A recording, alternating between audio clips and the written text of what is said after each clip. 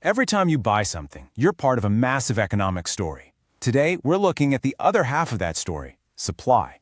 We're going to break down what it is, how it really works, and why getting a handle on it is so crucial for understanding how the market ticks. Let's dive in. Okay, to start, I want you to imagine you're this mango farmer. The harvest has been incredible. I mean, just look at all those baskets. They're overflowing. But now you face the big question. How many of these mangoes do you actually take to the market? And as we're about to see, the answer isn't as simple as just all of them. And that's really where our story begins. Not at the busy market stall, but right back here at the farm, in those quiet moments just after the harvest. You see, to truly understand supply, we've got to cover a couple of key ideas that happen long before a single sale is ever made. First up, we have this concept called total output. It's exactly what it sounds like. It is everything you have produced. For our farmer, it's every single mango that came off of his trees this season. It's the entire result of his production, plain and simple. Now, once all those mangoes are harvested and sitting in the storeroom, they become what economists call your stock. Think of this as your total inventory. It's everything you have available, the entire pool of mangoes that you could potentially sell. It's your potential supply. And right here is where we hit a really crucial distinction. Your stock is your potential. It's what you can sell. But supply, that's what you're actually putting on the table. It's the amount you are willing to sell right now for a certain price. So stock is just the inventory in the back. Supply is a strategic decision you make out front. This brings us right to the heart of the whole thing, the seller's decision. This is that key moment of choice, when our farmer has to decide how to turn that potential stock into actual real-world supply. So here he is at the market stall, and that decision becomes real. He hasn't brought his entire stock with him, no way. He has chosen a very specific amount to offer his customers today. That amount, the mangoes you see right there on the stall, that is the supply. You know, the great economist Paul Samuelson nailed it. He said, supply is all about the relationship between prices and the amount producers are willing to supply. Those are the two magic words here, prices and willing. Supply isn't just about having the stuff, it's about your willingness to sell it, and that willingness is almost always tied to the price you can get. So let's explore that connection a little more. How exactly does the price guide our farmer's hand? What makes him willing to sell more or maybe hold some back? This table, which we call a supply schedule, makes it crystal clear. Just look at the relationship. When the price for mangoes is low, let's say 10 rupees per kilo, our farmer is only willing to put 100 kilos on the market. But watch what happens. As the price climbs, his willingness to sell just shoots up. At 50 rupees, he's ready to sell 500 kilos. It's a direct relationship. Higher price, higher quantity supplied. A table is great for seeing the raw numbers, but a picture can make this relationship instantly click. So, what happens when we actually plot those points on a graph? We get this, the individual supply curve. And notice that obvious upward slope, moving from left to right. This is the visual confirmation of what we just saw. As the price goes up on the vertical axis, the quantity the farmer is willing to supply goes up on the horizontal axis. That upward slope is basically the signature of supply. So far, we've really been zoomed in on our one farmer. But of course, markets are made up of tons of sellers. So what happens when we zoom out and look at the whole shebang? Yeah, our farmer isn't alone in this. The market is full of other people selling mangoes, and they're all making the same kinds of calculations. The total market supply is really just the sum of all their individual decisions put together. And this market supply schedule shows us how that works. At each price, we just add up what seller A, seller B, and seller C are willing to sell. So at 10 rupees, the whole market is supplying 600 kilos. But jump up to 50 rupees, and suddenly it's 1,800 kilos. The exact same principle is at work, just on a much, much bigger scale. And when we graph all that market data, we get the market supply curve. Now, it looks a little wider, maybe a bit flatter, because we're talking bigger quantities. But the fundamental shape is identical. It slopes upwards from left to right, because just like with one seller, as prices rise, the entire market is willing to supply more goods. Okay, so let's pull all of these pieces together. Let's lock in the most important takeaways from our journey from the orchard to the market. Here are the 4 things you absolutely have to remember. First, the big one. Supply is what you're willing to sell, not your total stock. Second, supply is a flow. It's measured over a period of time, like kilos per day. Third, the core concept, the law of supply. Price and quantity supplied move in the same direction. And finally, that relationship is exactly why the supply curve has its classic upward slope. Welcome to the explainer. Today, we're digging into a core rule of economics, the law of supply. You know, it's kind of the hidden logic that determines what gets made, how much it costs, and why sometimes you can or can't find what you're looking for on the shelves. Let's get right into it. So to kick things off, let's make this personal for a second. Seriously, just think about it. If you were selling something, anything at all, maybe handmade jewelry, or even just your professional skills, what's the one thing that would make you say, you know what, I want to sell way more of this? Okay, let's put ourselves in the shoes of a producer. And it doesn't matter if you're a giant corporation or a local baker, your main goal is simple. You create something and you sell it. So what's that fundamental calculation that's always running in the back of your mind? Well, it all boils down to the relationship between your costs and the price you can get for your stuff. Here's our roadmap for today. We're going to start with the golden rule that every seller lives by. Then we'll look at what else can totally change the game. We've got a great plot twist where the rule actually breaks, we'll clarify a really key distinction, and then we'll bring it all back to your world. All right, let's dive into that golden rule. This one simple idea is pretty much the foundation for how every seller operates, and it explains a huge part of our economy. So here it is, the official definition laid out by Professor Alfred Marshall way back in 1890. Now the key phrase I want you to notice here is other things being constant. We're going to circle back to that for sure. But the main idea is just a direct link between the price of something and how much a producer is willing to sell. Let's just strip away all the academic jargon for a second. All this really means is that profit is a great motivator. I mean, if the market is willing to pay you more for your product, it just makes financial sense to make and sell more of it. Higher price equals higher potential profit, which equals higher supply. It's actually pretty intuitive when you think about it. Okay, let's put some actual numbers on this. This table, which is called a supply schedule, makes the relationship crystal clear.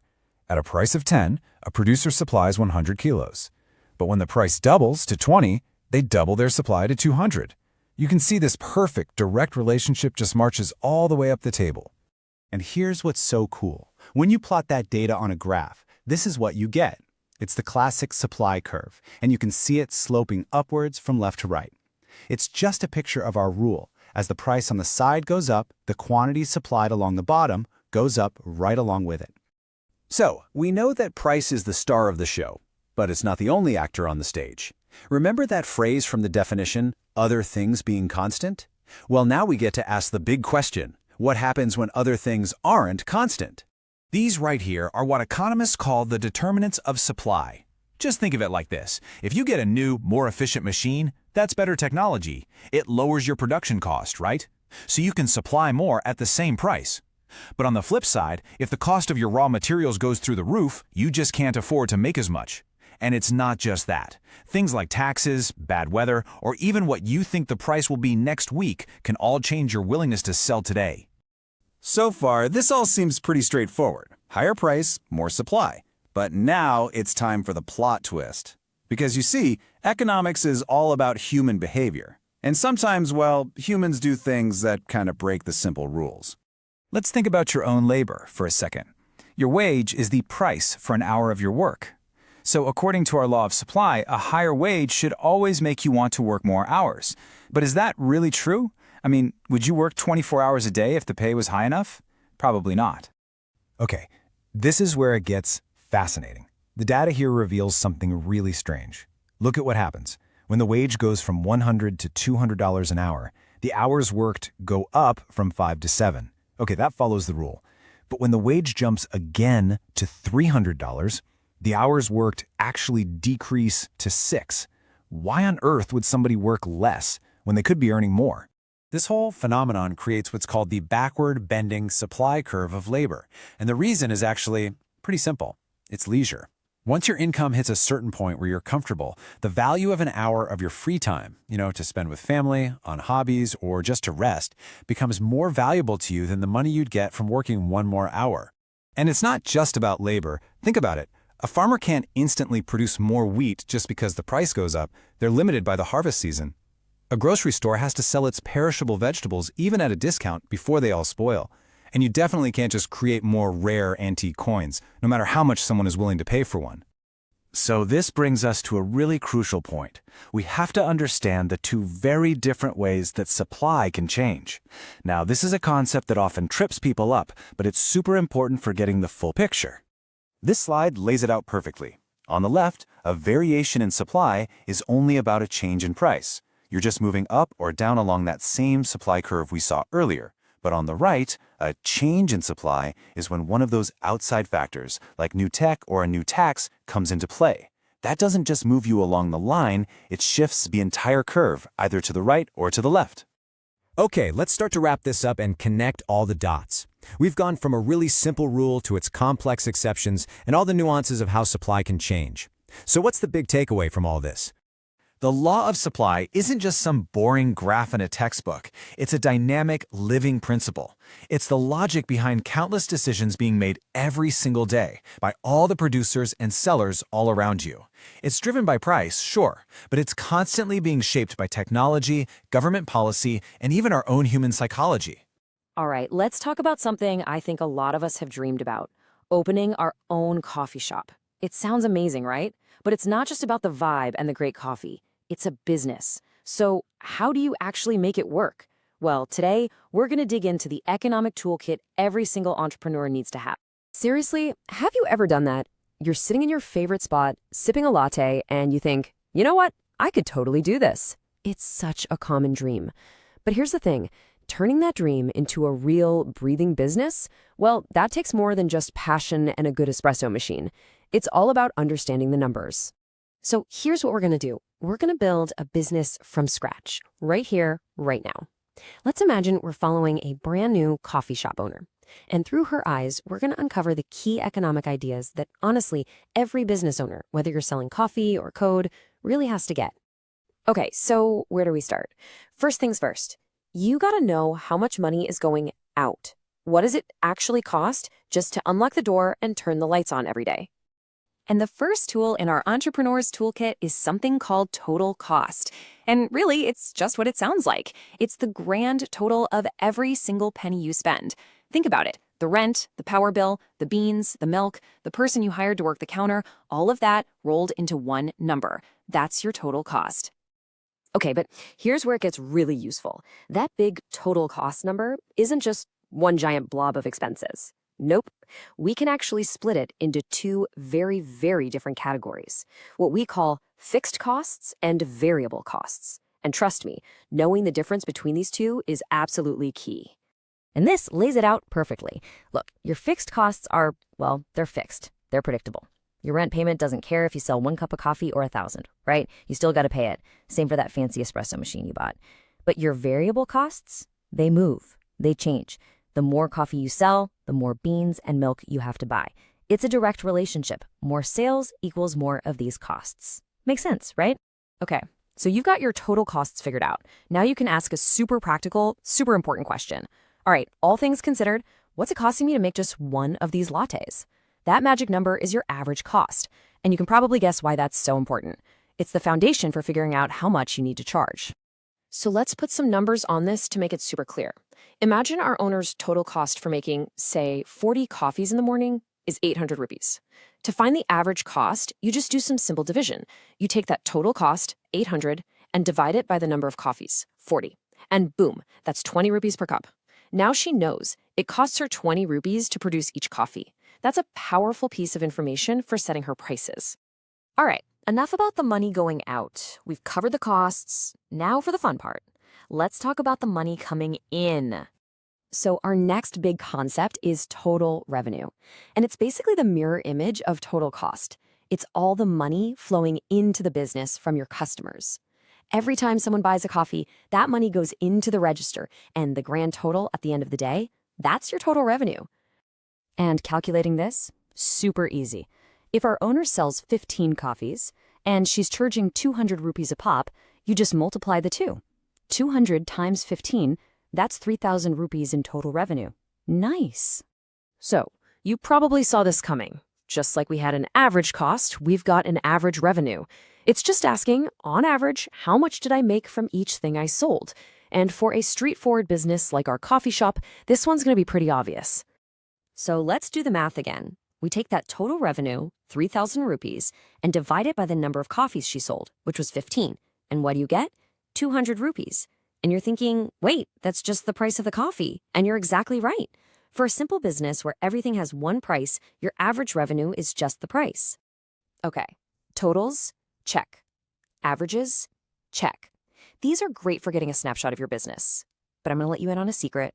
The smartest, most profitable decisions in business, they don't happen by looking at totals or averages. They happen when you start thinking at the margins. It's all about asking the, what if I just do one more question?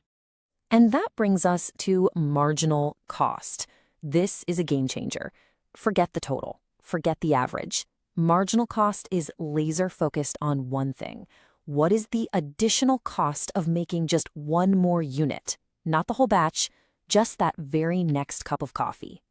Here's how it works. Let's say your total cost to make 4 coffees is 200 rupees. Then you decide to make a 5th one, and now your total cost is 250 rupees. So what was the cost of that 5th coffee? It wasn't the average, and it wasn't 250. It was the jump, the difference between 200 and 250. That's 50 rupees. That 5th cup only cost you an extra 50 rupees to make. Knowing that, that's huge. And you know the drill by now. If there's a marginal cost, there has to be a marginal revenue. This is the other side of that one more coin. It's the extra bit of money you get from selling just one more thing. So, back to our shop. Let's say she sold 20 coffees and has 4,000 rupees in the till. A new customer walks in and buys one more. Now her total is 4,200. The marginal revenue of that 21st coffee is, you guessed it, the difference, 200 rupees. And here's the secret sauce. The smartest business owners are constantly comparing that marginal revenue to their marginal cost. Okay, let's take a breath and recap. We've just put together a pretty powerful toolkit for our new entrepreneur and for anyone thinking about starting a business. Think about it. You've got your costs, both total and average, so you know exactly what you're spending. You've got your revenue, total and average, so you know what you're making. And then you've got the real power tools, marginal cost and marginal revenue. These are what help you make smart decisions, minute by minute, day by day. So if you take one thing away from all this, let it be this. Real profitability is found by asking that one more question. It's pretty simple, actually. As long as the extra money you make from selling one more coffee is more than the extra cost to make it, it's a good decision. Keep doing it. That is the engine of smart growth.